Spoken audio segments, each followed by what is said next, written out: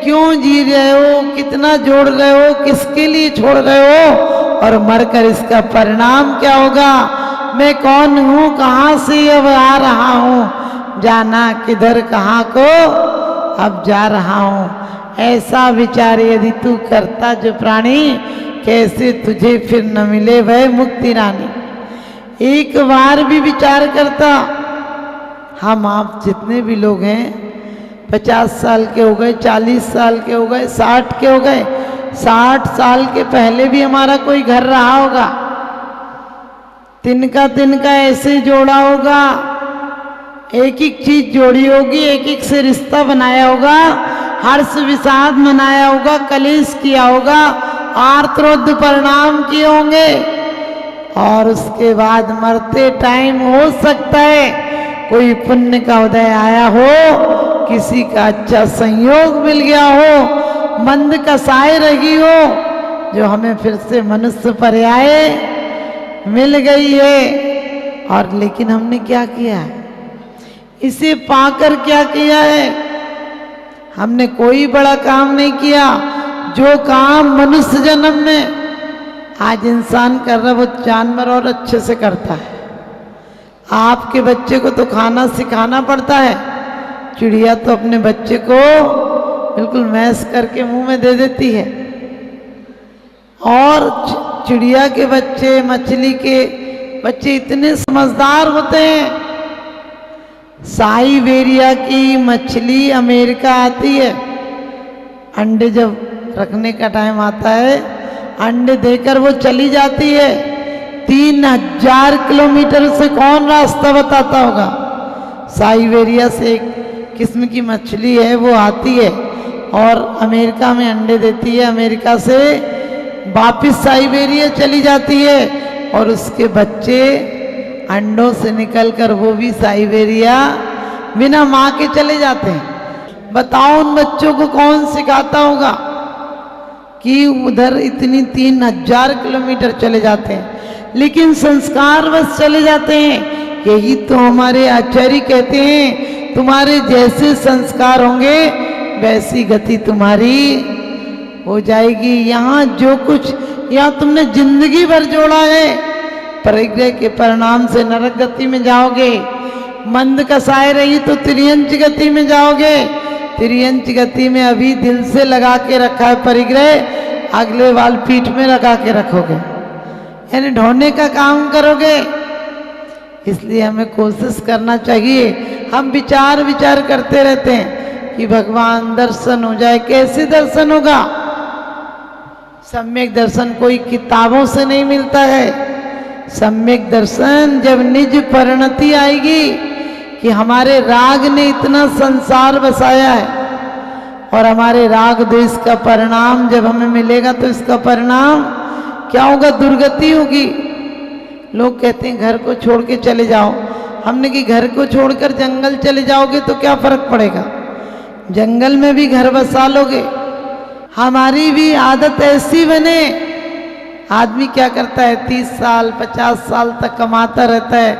पहले मेहनत कर लो फिर आराम से खाएंगे, पहले मेहनत कर लो फिर आराम से खाएंगे। ऐसा होता है, आराम तो भूल ही जाते, मेहनत याद रह जाती है।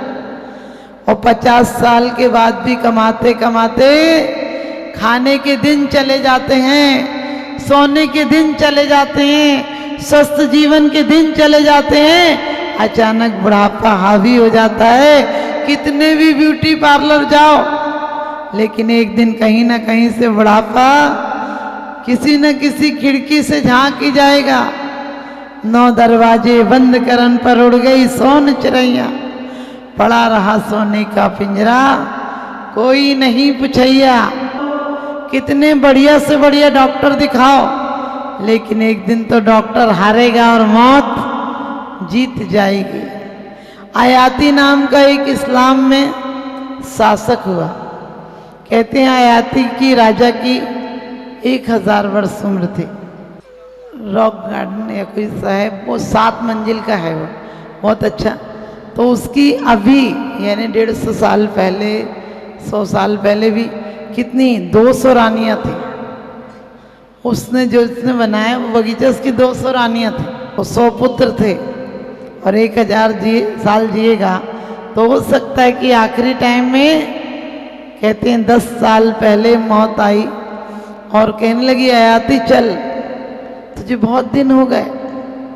तो वो तो रोने लगा, कहने लगा अरे बता के आना चाहिए ना, मेरे इतना राज्य का काम फैला है, कम से कम बता के तो आओ।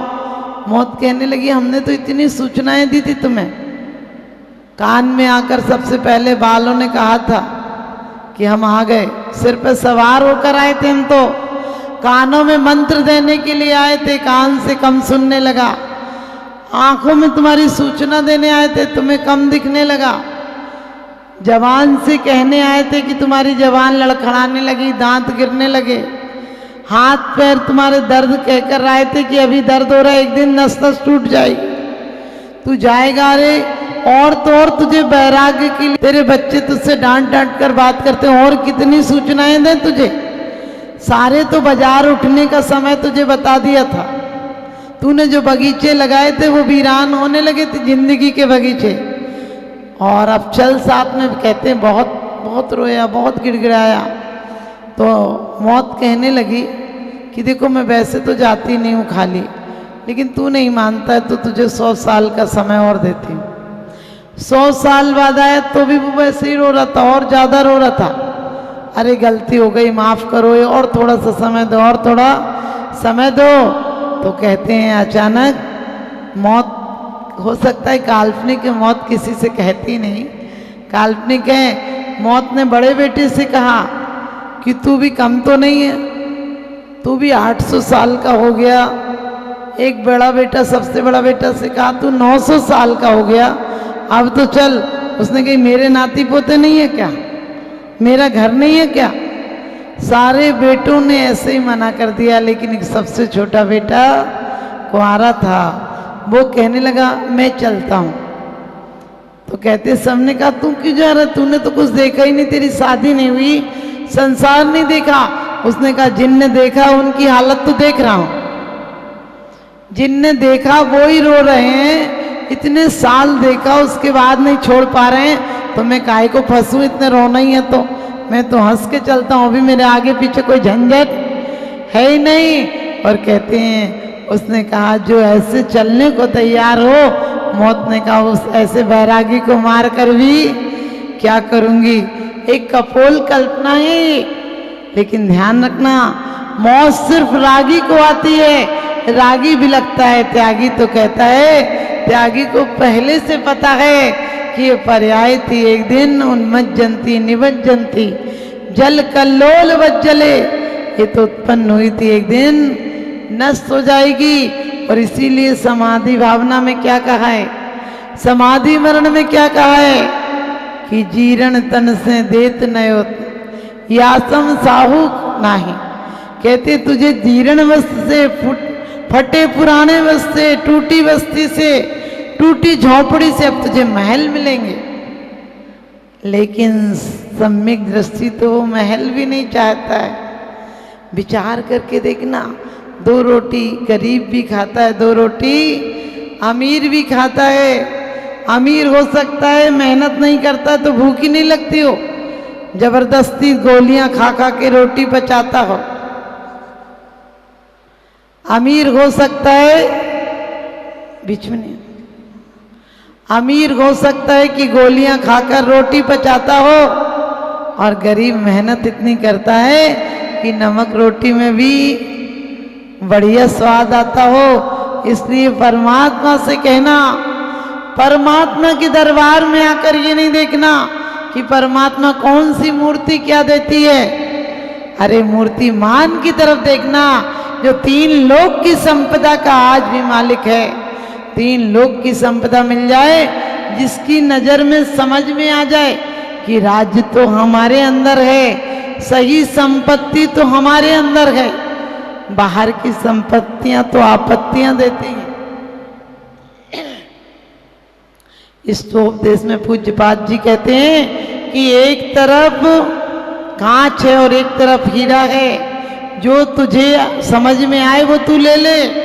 रैण सार में कुंद कुंद स्वामी कहते हैं कि एक भावना से शुभ गति का बंध होता और एक से अशुभ गति का बंद होता है, एक से नरक त्रियंच जाता है और एक भावों से देव और मनुष्य ही पाता है। यानी शुभ भावों से तुझे शुभ गति की प्राप्ति होती है और अशुद्ध भावों से दुर्गति की प्राप्ति होती है। दुर्गति में जाएगा वहां द्रव्य क्षेत्र काल भाव सब गलत मिलेंगे, तो चाहे कर भी तुम अच्छा काम नहीं कर पाओगे। नरकों में वेदना होती है तो कितने भाव आते हैं, वेदनानुभव भी वहाँ सम्यक दर्शन में कारण है। कितना तड़पता आदमी कि अब ऐसा नहीं करूँगा, अब किसी से कसाय नहीं करूँगा, लेकिन द्रव्य ऐसा है, क्षेत्र ऐसा है, काल ऐसा है, परिणाम ऐसे रहते हैं कि तुरंत नारकी के आते उससे भी क्रोध आ जाता है, मारने लगता है। इसलिए लेकिन ध्यान रखना, आचार्यों ने सम्यक दर्शन की व्यवस्था नरक तक में कर दी। नरक तक में तुम्हें सम्यक दर्शन प्राप्त हो सकता है, छायक वाला तो लेकर ही जाता है, क्योंकि केवली या श्रुत केवली के बाद मूल में होता है, लेकिन छाया उपसमिक आदि तो हो सकता है। कैसे हो सकता है? धर्म उपदेश, कोई देवता तुम्हें संबोधन को चला जाए, धर्म उपदेश, वेदनानुभव, जाति स्मरण, ये सब कारण है सम्यक दर्शन के। तो हमें तो आज साक्षात अर्यंत प्रतिमाएं मिली हैं, जिनेन्द्र की वाणी मिली है, जिनवाणी मिली है, गुरुओं का दर्शन मिला है। हम ऐसे ही इसको नहीं खो देंगे। कहते हैं एक राजा की मौत हो गई और उसके बच्चा नहीं था, तो सब लोगों ने सोचा क्या करें, पूछो कौन राजा बनना चाहता है। तो वहाँ तो माथा पोड़ी होने लगी, सब लोग कह रहे थे मैं राजा का खास हूँ, मैं राजा का खास हूँ, मैं राजा बनूंगा, मैं राजा बनूंगा। निर्णय करना मुश्किल हो गया। मंत्रियों ने विचारणा की कि कैसे किया जाए इसका निर्णय। एक मंत्री बहुत बुद्धिमान था, बोला मैं बताता हूँ, एक ऐसी शर्त रख दो कि कोई बनेगा ही नहीं राजा, फिर अपन को जिसको बनाना होगा उसको बना देंगे। बोले क्या शर्त है? बोलो ये शर्त रख दो कि 7 दिन को राज्य मिलेगा और 8वें दिन काले पानी की सजा होगी। अपने बच्चे सब कौन छोड़ेगा, कोई नहीं जाएगा। तो कहते हैं ऐसी रखी शर्त, तो मंत्रियों को तो उम्मीद थी कि कोई आएगा ही नहीं, वहाँ तो उल्टा हुआ, तब भी सब तैयार हो गए। अब 7-7 दिन की लिस्ट बनी, 8वें दिन जाना होता था। सब लोग रोते थे। एक दिन एक का नंबर आया, वो रो नहीं रहा था, वो आराम से खुश था। लोगों ने आकर उससे कहा कि क्यों तुम्हें पता नहीं आज तुम्हें काली पानी की सजा दी जाएगी? उसने कहा पता है। तो कहने लगा तुम रो नहीं रहे हो, तुम्हें सदमा है क्या? बोले नहीं मुझे पता था। तो बोले सब रोते थे, तुम क्यों नहीं रो रहे? बोले सब भूल जाते थे 7 दिन में कि 7 दिन को राज्य मिला है। मुझे 7 दिन पता था कि ये 7 दिन को राज्य मिला है, इसलिए उस पार भी मैंने अपने जहाज भेज रखे हैं। 7 दिन की सत्ता में मैंने सत्ता का सही उपयोग किया है। मैंने यहाँ की बहुत बड़ी रकम, बहुत बड़ा धन दौलत और सारा व्यवस्था 7 दिन के अंदर उधर कर दी है। जैसे ये लोग मुझे नदी के किनारे छोड़ेंगे, थोड़ा सा चलूँगा और मैं अपने घर, अपने महल पहुँच जाऊँगा। वहाँ पत्नी भी भेज दी, पिताजी भी भेज दिए, माँ भी भेज दी, दादा दादी सारे भेज दिए, संपत्ति भेज दी। अब रोने की क्या बात है? अब तो मुझे देश निकाला भी देंगे, इससे सुंदर देश मैंने वहाँ बना दिया है। आप समझ गए, सम्यक दृष्टि भी ऐसे ही करता है। जब तक सत्ता, हुकूमत, मन, वचन, काया मिली है, तब तक इस काया के द्वारा उस पार घर बना देता है। उसे रोने की जरूरत नहीं पड़ती है। अपने अरिहंत पिताजी के पास जाता है, सिद्ध दादाजी के पास जाता है, जिनवाणी माँ के साथ जाता है और अपनी मुक्ति सुंदरी के साथ शाश्वत निवास करता है। उसे इस देह और ईंट चूने के मकान तो आज नहीं तो 1000 साल में ढह जाएंगे, 1000 नहीं तो 5000 वर्ष में ढह जाएंगे, लेकिन वो एक बार शाश्वत देह मिलती है और वो मिलती है सिर्फ दर्शन, ज्ञान, चारित्र के द्वारा। वो मिलती है इन सांसों की ईंटों के द्वारा। नरक की भट्टियां भी बना सकते हो, स्वर्ग के महल भी तैयार कर सकते हो। इस शरीर के द्वारा, इस गारे के द्वारा ये जो भी हम लिक्विड लेते हैं वो गारे का काम करता है। हम पक्के मकान भी बना सकते हैं और हम कत्ल खाने भी खुलवा सकते हैं। तो हमें आरंभ पाप की किसी को शिक्षा नहीं देनी है। कोई अपना हो तो भी कहो पहले से जीव ना पड़े ऐसे काम करना। तो आप लोग थोड़े से प्रयास करेंगे तो आपके व्रत हो जाएंगे। हम कहते हैं व्रत का मतलब क्या, उपवास कर लेना। उपवास अकेला व्रत नहीं है, उपवास भी क्या कहता है, अपने अंदर वास करना। अपन उपवास के दिन भी तेरी मेरी बहुत करते फिरते हैं। तूने और क्या करी, आज सोचा उपवास है तेरे पास बैठने आ जाऊं। अरे अपने पास बैठो ना, सारा समय दूसरे में क्यों गंवाते हो। तो यही कहूंगी कि उस मकान में नहीं जाना है। आदमी का जिस्म क्या है, जिस पे सैदा है, जहाँ एक मिट्टी की इमारत, एक मामूली मकान, खून इसमें गारा है और ईंट इसमें हड्डियाँ और चंद सांसों पर टिका है। एक हमामी नूर जहाँ मौत की झकझोर आंधी जिस दिन भी टकराएगी, दम की दम से इमारत टूट कर गिर जाएगी। और कहते हैं जब तक श्वास नहीं थक जाए तुम अपना इतिहास बना लो, जब तक आस नहीं थक जाए तुम अपना विश्वास जमा लो। किसे पता है, किसे पता है कफन हमारी आकर के मिट्टी ढक जाए। और जब तक सांस नहीं रुक जाए प्रभु के प्रति कुछ प्यास जगा लो, प्रभु के प्रति विश्वास जगा लो।